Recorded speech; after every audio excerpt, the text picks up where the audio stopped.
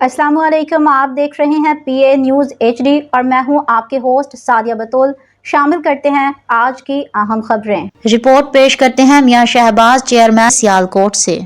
पंजाब में गंदम खरीदारी मुहिम तेजी से जारी। वज़ीर की हिदायत पर DG फूड पंजाब की जानब से सूबा भर में गंदम खरीदारी का अमल जारी है, जिसमें किसानों की बड़ी तादाद शरीक हो रही है।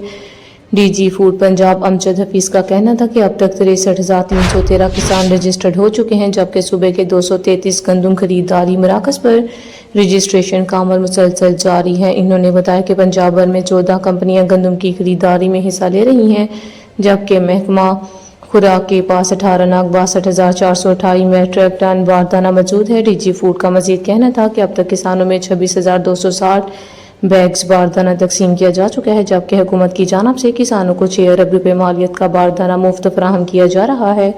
हुकाम का कहना है कि इस इक़दाम का मकसद किसानों को सहूलत फराहम करना और गंदम की शफाफ व बर वक्त खरीदारी को यकीनी बनाना, ताकि ज़रूरी शोबे को मज़ीद मुस्तहकम किया जा सके। न्यूज़ स्टूडियो से अब तक के लिए इतना ही। मज़ीद खबरों और अपडेट्स के लिए देखते रहिए PA न्यूज़ HD।